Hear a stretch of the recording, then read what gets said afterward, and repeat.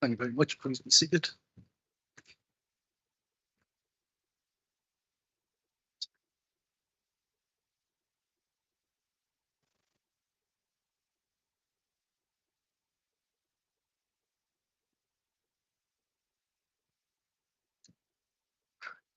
Good evening, everyone. As you're aware, this is the re-adjourned, the reformed meeting of the 19th of September, wasn't it? Yes, September. Yeah. So at the extraordinary council meeting of the 19th of September 2024, motion relating to Wilton fuel payments was moved by Councillor Bones, seconded by Councillor John Johnson. Both Councillor Jones and Councillor John Johnson spoke to the motion as the mover and seconder. The meeting was adjourned by a procedural motion moved by Councillor Carl Johnson and seconded by Councillor Matthew Thirlway. It was considered necessary to adjourn the meeting. Relevant financial information would be available in the near future to inform the debate of the motion. The extraordinary meeting is reconvened now to continue the debate of this motion. Updated financial information in relation to the motion following the publication of the government's budget has been provided to all members of the council and was circulated on the 13th of November 2024.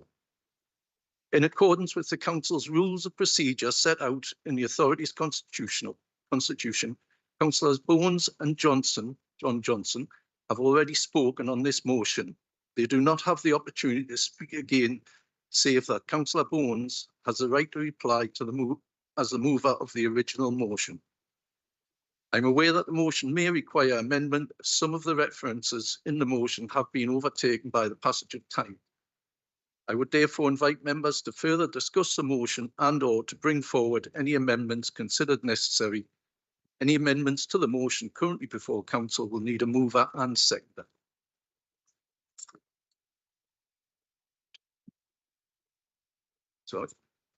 Sorry, everyone, I'm getting too excited. I have to go back and ask for apologies for today's extraordinary meeting, please. I've received apologies from Councillors Bruce Pickard, Joe Kerwin, James Webster, Julie Cruddas, Matthew Thirlway and Tricia Neary. Are there any further apologies for absence, please? Councillor Bones. Thank you, Chair. Councillor Dr. Scargill. Anybody else? Chair, there's a number of our members on the way from work who might get here.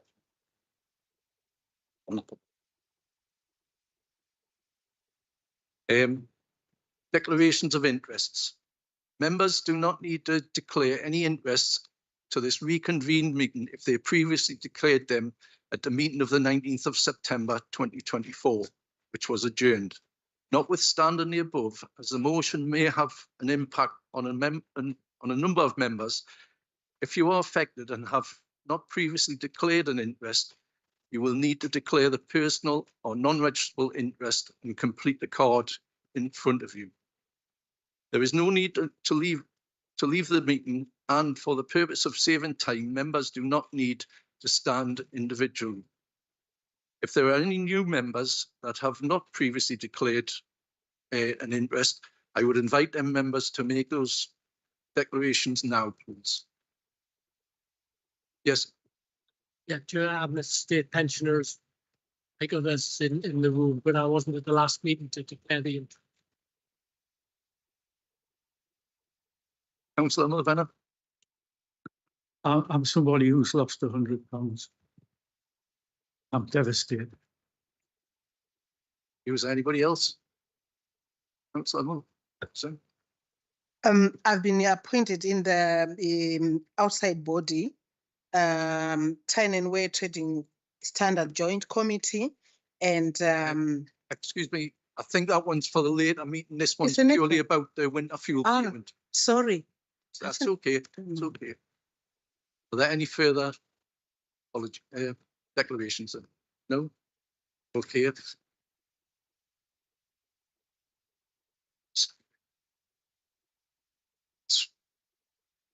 Okay, Councillor Mulvanna, you speak.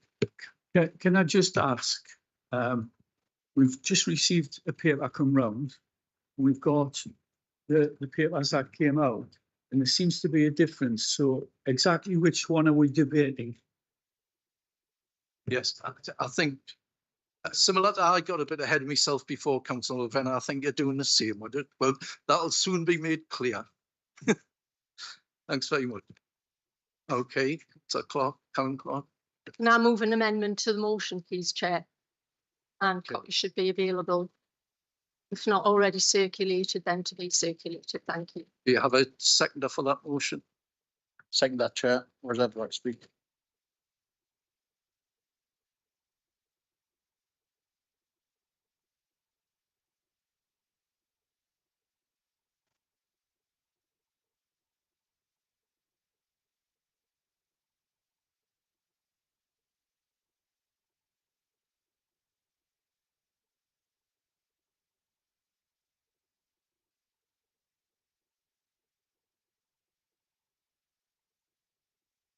Yes, we can just have 5 minutes for members to read these because they are quite long. The changes, the amendments are put out in red on the documents, and certain parts of it have been deleted. So it's obviously the undeleted and red portions that you're actually discussing now.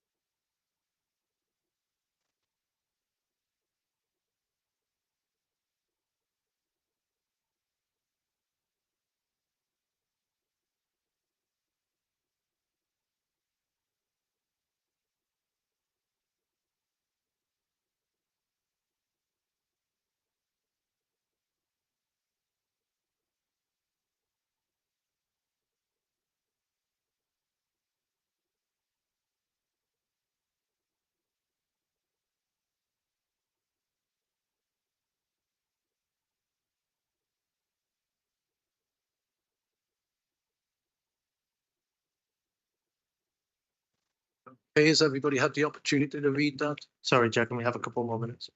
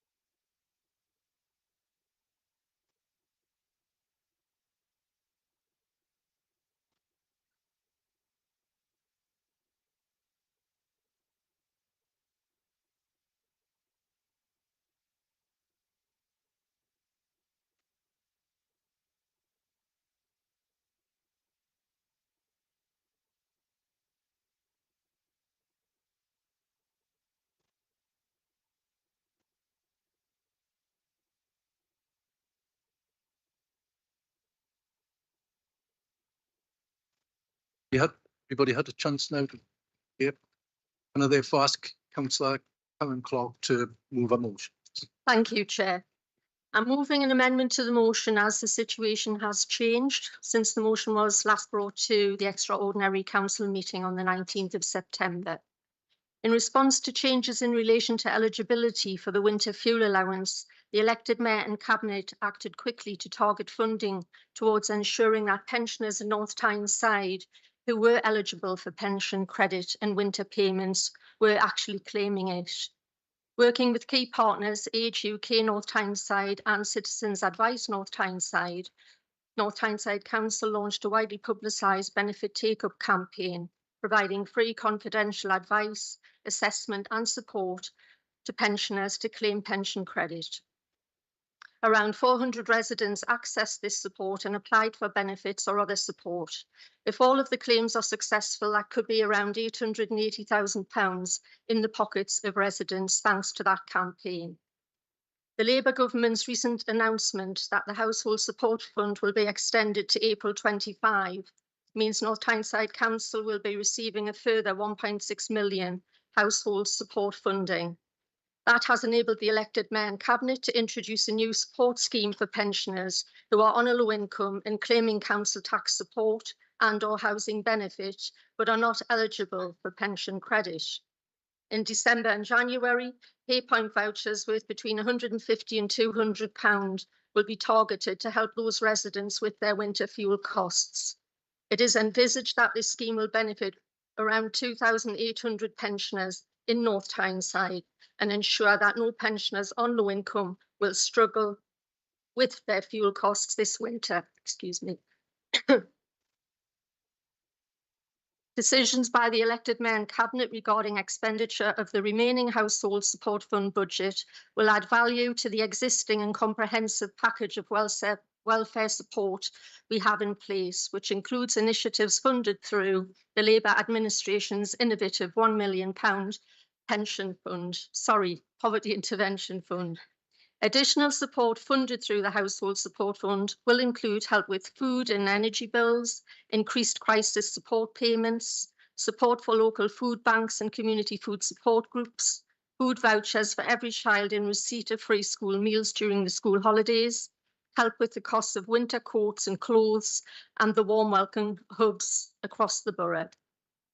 I firmly believe North Tyneside is a beacon of best practice in the North East region in relation to both our innovative approach to tackling the root causes of poverty and in the provision of a comprehensive package of welfare support to protect our most vulnerable residents from the harsh impact of poverty.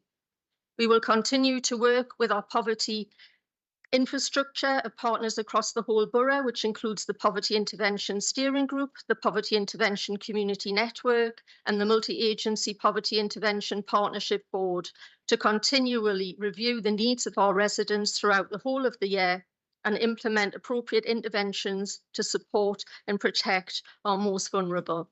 Thank you, Chair. Is there any questions or comments on the Councillor Barton? Thank you, Chair. This seems to be becoming a recurring theme. The party opposite, who aren't allowed to put their own motions in, seem to take ours, make them worse, and then feed them back to us.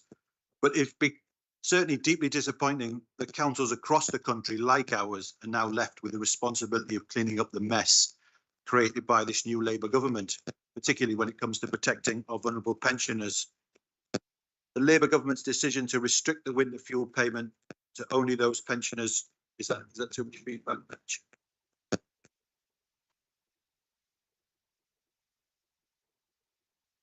Hello?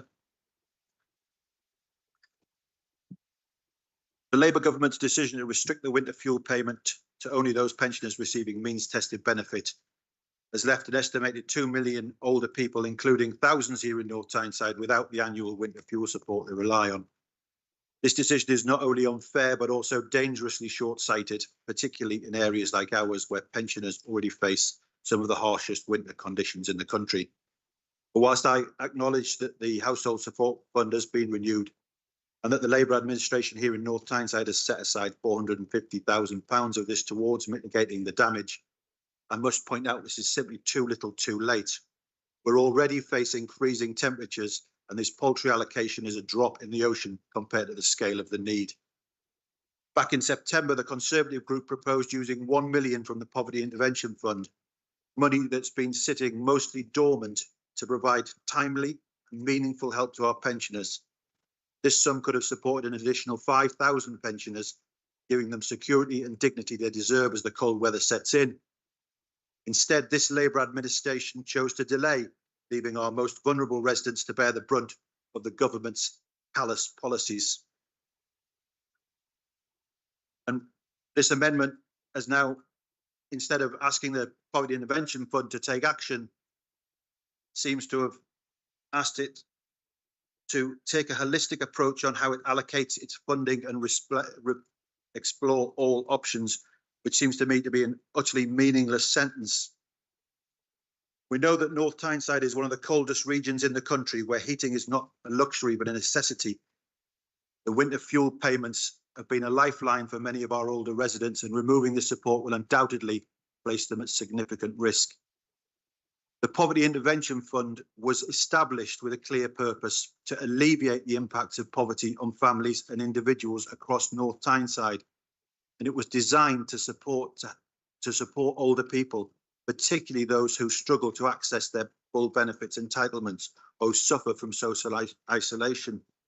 Deploying this fund in September, as we proposed, would have provided timely and targeted support, ensuring that our pensioners could face this winter with confidence and dignity. Instead, we're now scrambling to mitigate the damage of Labour's budget. The Labour administration allocation of £450,000 is a reactive measure, not a proactive solution. And once again, this administration has failed our poorest residents. Our motion had called on the Mayor to write to the Chancellor, urging her to reconsider this heartless decision and broaden the eligibility for the winter fuel payments. It also sought to establish the establishment of a pensioner fuel poverty scheme here in North Tyneside. The truth is about this motion, it has robbed almost £500,000 from the pockets of our poorest pensioners, and that's what the effect of today's motion does. Thank you, Chair. Councillor Wallace. Thank you, Chairman. Looking ahead to winter is frightening. I've met pensioners who have no idea of how they'll heat their homes. I'm sure many members here have been in the same situation, but although I agree with the observation, the words aren't mine.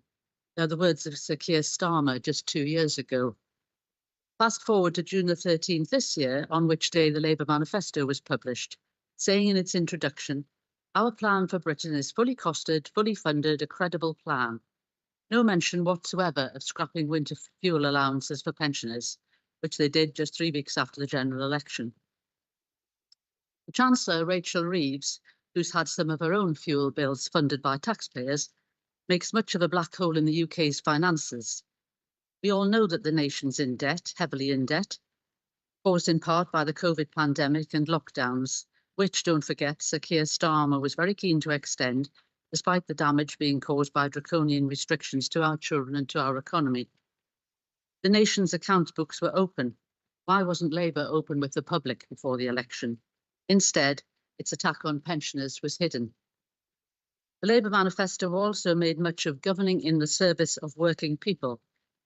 Instead, after just a few weeks, it became very apparent that we've got a self-serving government full of freebies, with a Prime Minister who earned over £400,000 in 2023, yet apparently doesn't want to pay for his own clothes, his glasses, or even a frock for his wife. He and his colleagues have had the benefit of a multi-millionaire donor to help them. It's sheer hypocrisy to treat the pensioners the way they are.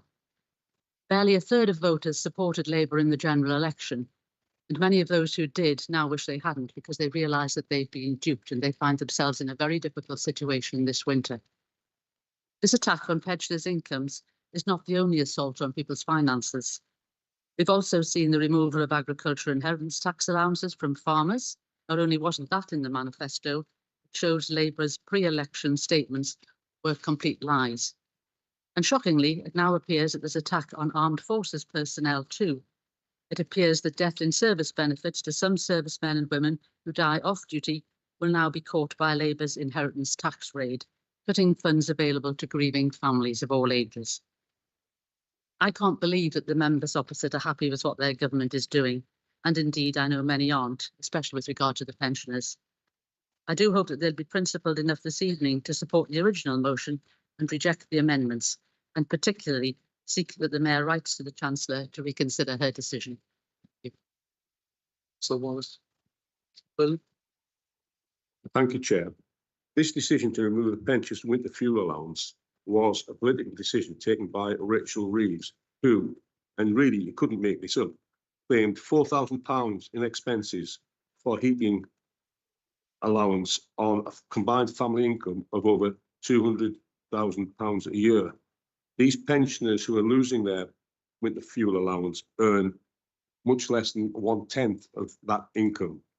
So it was a political decision by Reeves and Starmer to finance inflation-busting public sector pay rises by picking the pockets of poorest pensioners. Not my words, but those of Sharon Graham from the Unite Union. This decision, which Labour's own internal assessments reveal, will push a further 100,000 pensioners into poverty. This move gives train drivers an increase not far short of the annual income of the poorest pensioners. How can that be justified? When pushing this through Parliament, Starmer refused to publish a risk assessment, but we know Labour has one from 2017, which predicts 3,800 extra pensioner deaths as a result of this policy. Each extra death this winter will be the responsibility of Campbell, Glindon, Foodie and McKinnell locally, and Starmer and Reeves nationally. It is good to see that the Mayor has agreed to our proposal to use HSF money to help some of the poorer people in the borough, although it does not go nearly far enough, as it is less than half of that requested. This is also just a sticking plaster to bail out the government and is guaranteed for this year only. This funding could have been used elsewhere in the borough if the government hadn't removed the winter fuel allowance. It is rare for me to agree with the actions of Labour administrations, but I do admire the stance taken on this move by Labour-run Stockton Council, who voted against this act of larceny by the government. If only members opposite had the same gumption. Thank you, Chair. So then, Councillor Bunyan. Yeah, I just want to just pick up on a couple of points. We keep having conversations in this chamber about using other people's words, so I'll join in. We've talked a lot about national policy. I think this debate should be around what this council can do around this situation. I accept national policy and all the rest of it. We've obviously got the words of Richard Hughes, who's the chair of Office of Budget Responsibility, who's obviously said that the Treasury should have disclosed a 9.5 billion overspend by the last government in the run-up to the last budget. So if we're going to talk about fiscal responsibility, I think it's equally appropriate to pop that one in there as well. But can I just request that if we're going to bounce around national policy or whatever, can we just bring the conversation back to what this council can do for our residents?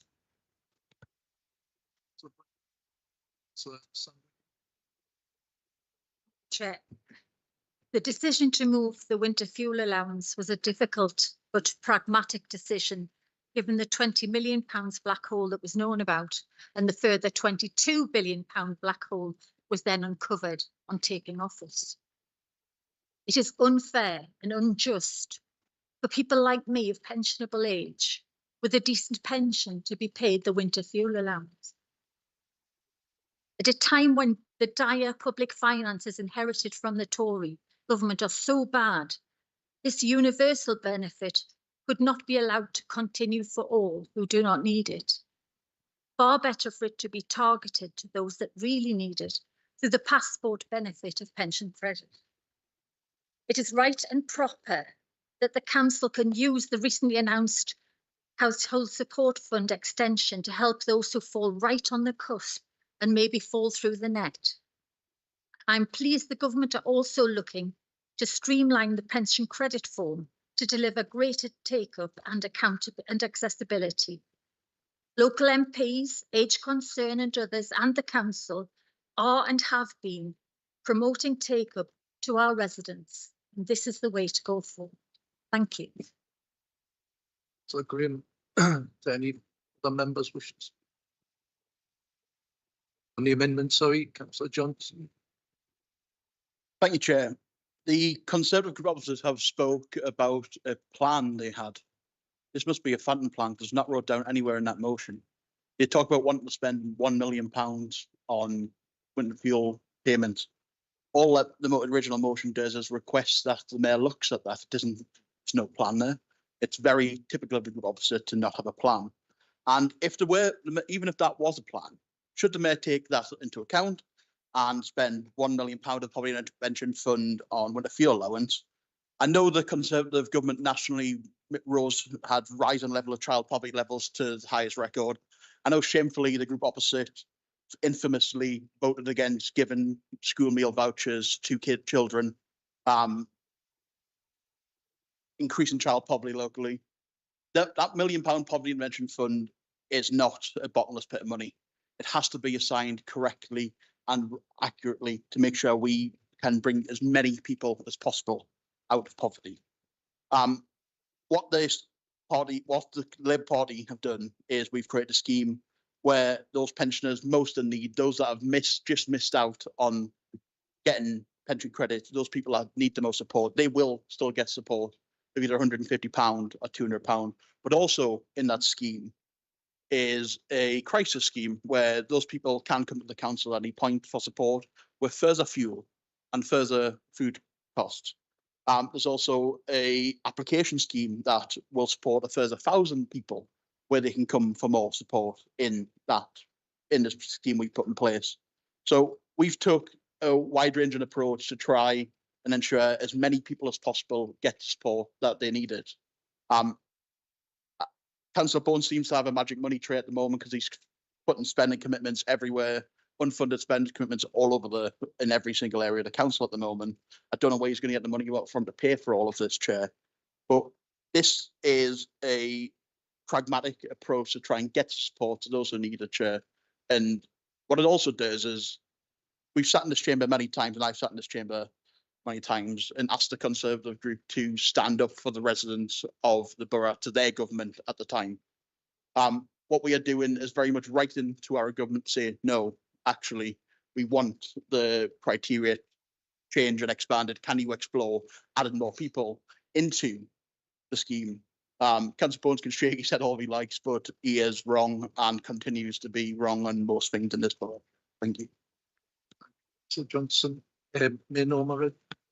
Mr. Chairman, I want to thank Councillor Bunyan for reminding everybody in this council about why we're here. We're here to look after the residents of North Tyneside, to be quite honest. And nothing was said about the 14 years that we had to struggle with the Tory group. That's brushed under the carpet. He said it didn't happen. And also, I remember, and some of you remember, when he brought free breakfast in for the kids, remember? And a Tory councillor said, if I find anybody, parent, not giving their child a breakfast, I'll report them to social services. But we went ahead and we still provided free breakfast. Who stopped the free breakfast when they got into power? The Tories. So as far as I'm concerned, to be quite, you can call the national government much as you like. We will continue all the time to look at our residents in the best way we can. Thank you, Chairman. There are no further members indicated to wish to speak. Can I ask Councillor Bones? Is this the right reply to your permission? Thank you. This evening, we're here to make decisions that could determine whether thousands of pensioners in North Tyneside stay warm or face a bitter cold this winter. The news that some vouchers will be provided by funding from the Household Support Fund is welcome, but the funding does not go as far and does not provide the same amount as the initial proposal did in the initial motion. Councillor Clark should be ashamed of this amendment. It says a lot about how she views our most vulnerable residents. What she's removed from this amendment says that she doesn't agree that pensioners will be put under strain as a result of this decision. She doesn't believe it's unfair. She doesn't believe that it'll impact our poorest residents. She doesn't believe that the North East is one of the coldest regions in the country, and she doesn't think the council should agree with well-respected charity Age UK that this will have a detrimental effect on our pensioners. What planet does she live on? Let's be clear. The Labour government's decision to restrict winter fuel payments to only those on pension credit has already created an unjust divide, leaving 35,000 pensioners in our borough out in the cold. It's our duty as a council to step up and fill that gap as best we can. This is not a time to dilute our efforts. The approach also ignores a crucial fact. North Tyneside's harsh winters do not discriminate based on eligibility criteria or arbitrary funding limits. For every pensioner left without support as a result of this government, the risk of having to choose between heating and eating becomes all too real. Let me be blunt, lives are at stake this winter. This is not about party politics, it's about doing what is right for our residents. With combined funding, we could triple the reach of this scheme by doing what we had originally asked for, as well as what the Mayor has announced this week. That's 3 times as many homes warmed, 3 times as many families protected, and 3 times the impact we could make together. Labour's amendment weakens this motion. It reduces the amount of money which would have been available. It removes any criticism of their own government, criticism that other Labour councillors have been happy to voice. It sends the message that we are content to do the bare minimum when we could and should do so much more. Frankly, Councillor Clark's amendment is spineless. Tonight, we have an opportunity to set aside political divisions and take meaningful action. I hope every councillor in this chamber will reject this amendment, support the original motion in full, and make sure as much money as possible goes to supporting our pensioners this winter. Thank you, Chair. Point of order, Chair. Point of order, Chair. Councillor Bones has completely misled councillor. He has repeatedly talked about a plan. Which part of the that does not constitution is exist. Councillor If you Johnson's look at the point of motion, order? there is no mention of a plan. He's also just continued to breach the constitution there, where it's quite clear when somebody's making a point of order, you wait until they have finished to try and speak over them. There is no mention of a Conservative plan there. It simply asks the mayor to look. It never mentioned £1 million anywhere. Chair, this is not a point of order. To mislead council chair, and I think you should withdraw that remark. I think that obviously the remark's been same. We'll move for the vote if fine.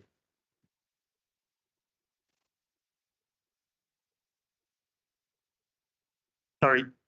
So on the amendment. Can all members vote, please? Now the voting is open on the amendment.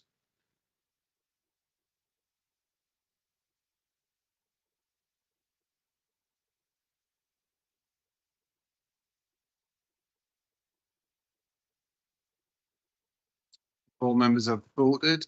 I'll close the vote now.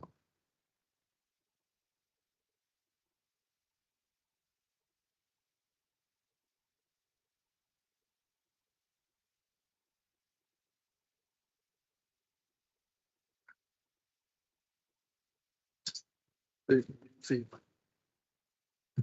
38 in favour, 8 no, so amendment carried. That now becomes a substantive motion. Okay, councillor Bones. Thank you, Chair. I'd like to move a further amendment to the motion. Okay. You have it printed copy? Yeah, I've got a printed copy. We can have this photocopied, or I can explain and have the printed copy circulated, whichever's. I think it's best if we have it printed and then circulated so that members have got it. Councillor. Just say, my vote hasn't showed up on the screen there, Chair. It doesn't seem to be.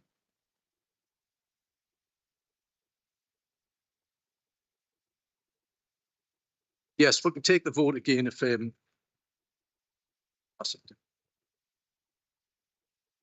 Can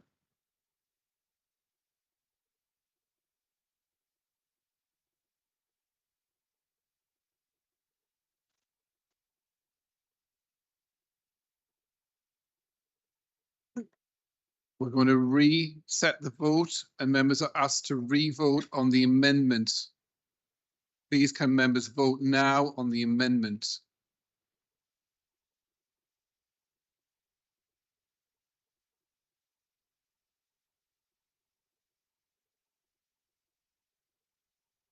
I'll close the vote now. It's 39 for the amendment, 8 votes against, so the amendment is therefore carried.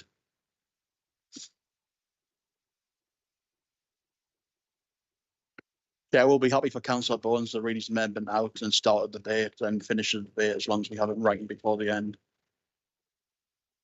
Just to clarify, there are copies of what's being added. The only written bit is what was being removed. So they can circulate copies of what's being added if that's helpful.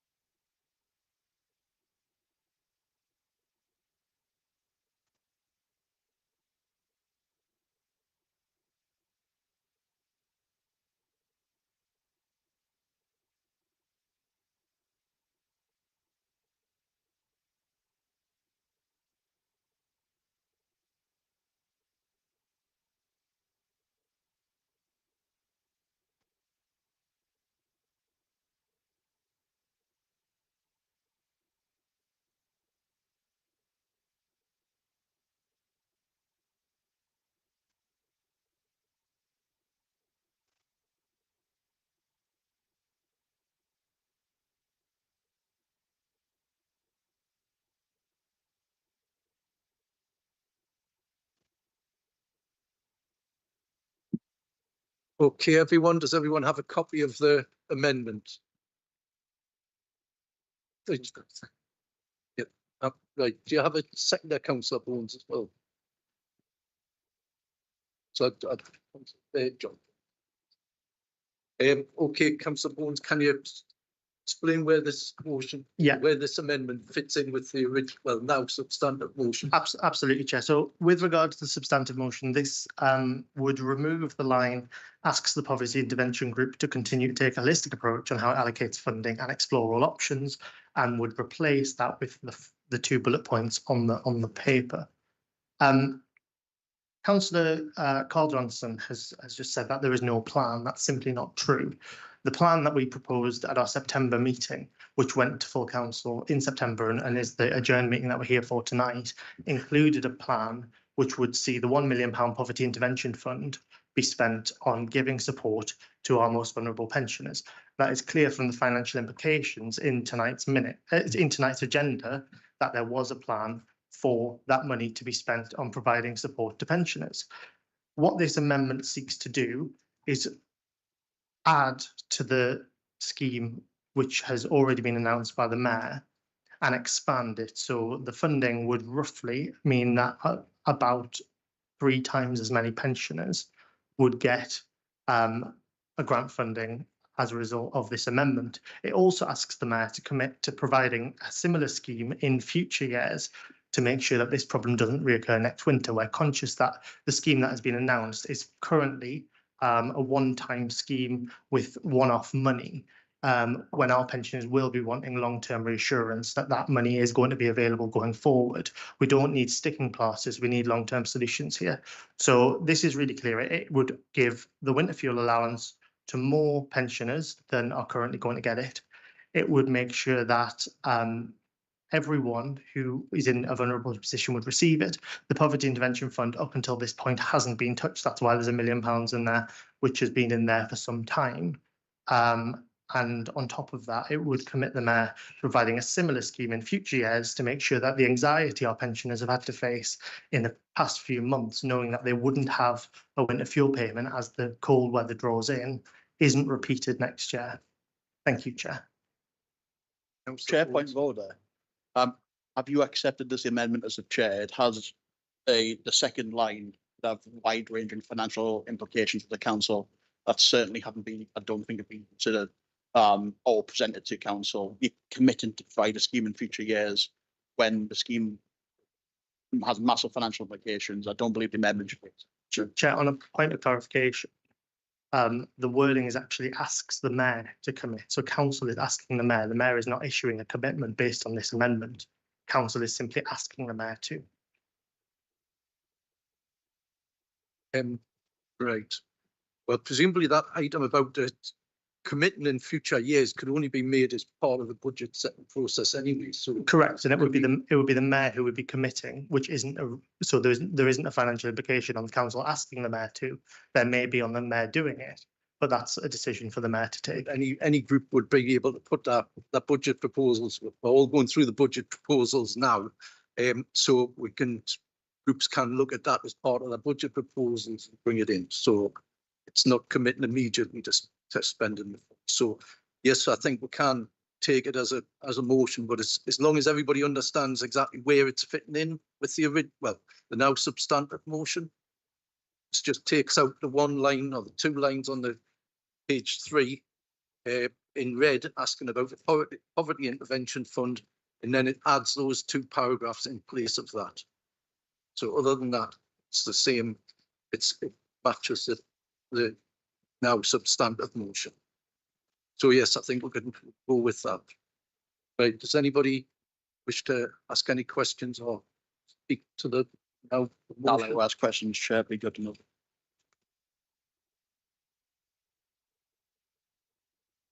Does anybody else want to speak on the amendment?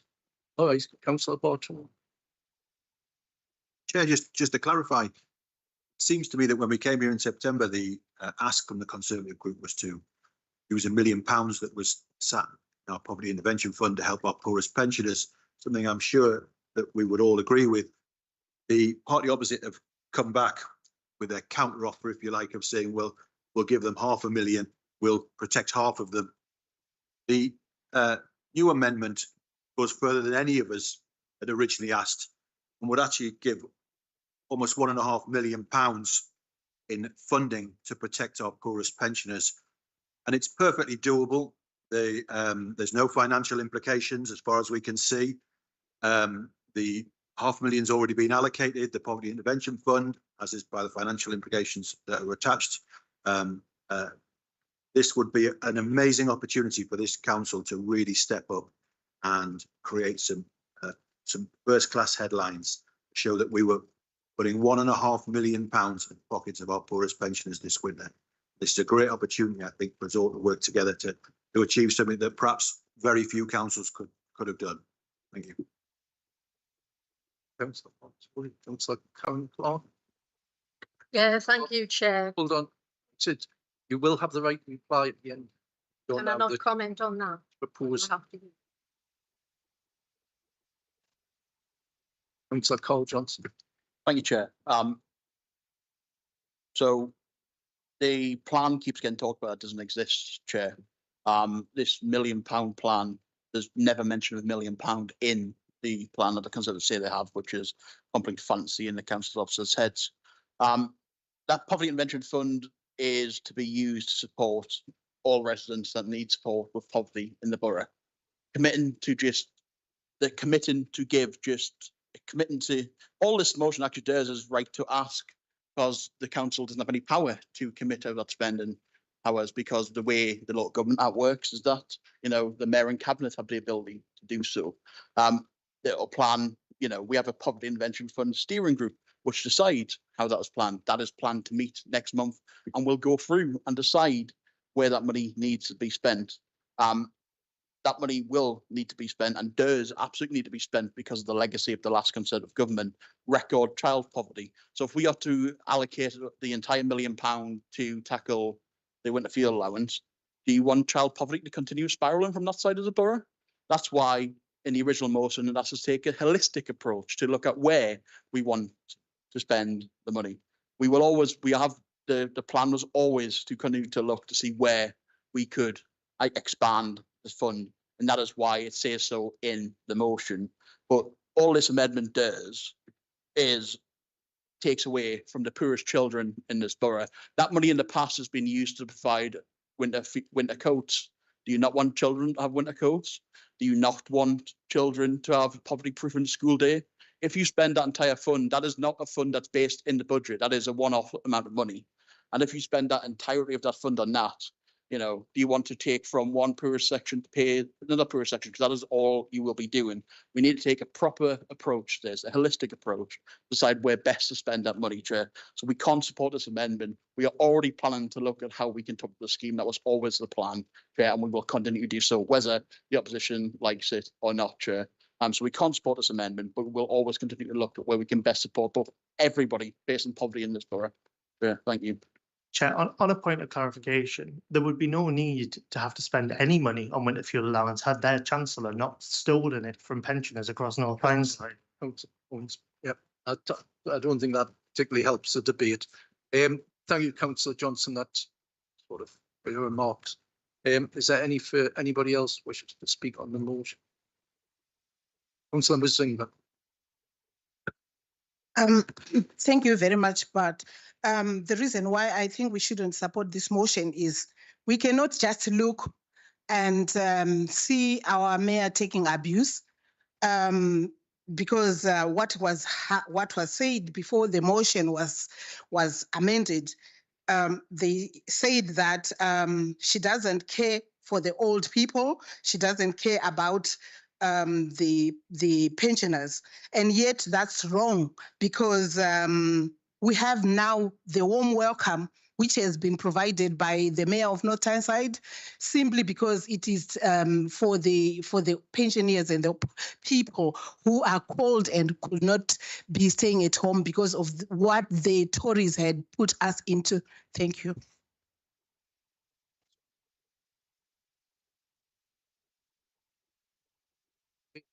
So, Clark, you have the right to reply. Thank you, Chair. First of all, I'd just like to confirm I live on a planet called the real world, Councillor Bones. And in the real world, things have to be costed. I care very deeply about residents in North Tyneside, including our pensioners. The actions that this administration has undertaken is providing support to our most vulnerable pensioners, to pensioners who are on the lowest income. So I just wanted to clarify that point and to echo the points made by Councillor Johnson. To spend all of that money on pensioners, whilst it would be amazing, would detract and remove services and support from our families, from children. The package of support we have in place is comprehensive and holistic and takes into account needs and meeting those needs in the most cost-effective way on the budget we have. And I think we need to remember we're in this situation here in North Tyneside and nationally following 14 years of a Tory government. Our government, new in power, what we're dealing with here is the aftermath of 14 years of your government, Councillor Bones, who don't live in the real world, who don't care about real people. And I would just leave it at that. I would propose we'll go to the vote, Chair.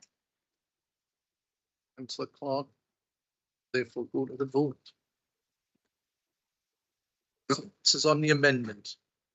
Sure. All members, please vote now on the amendment.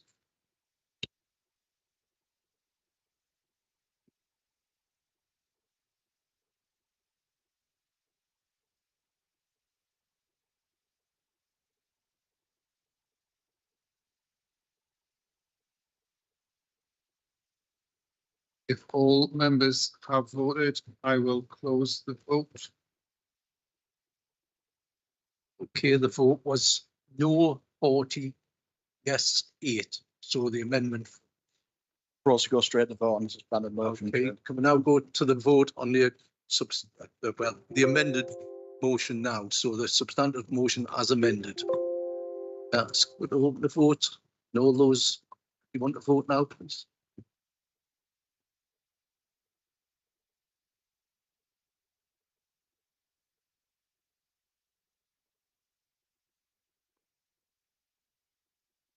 So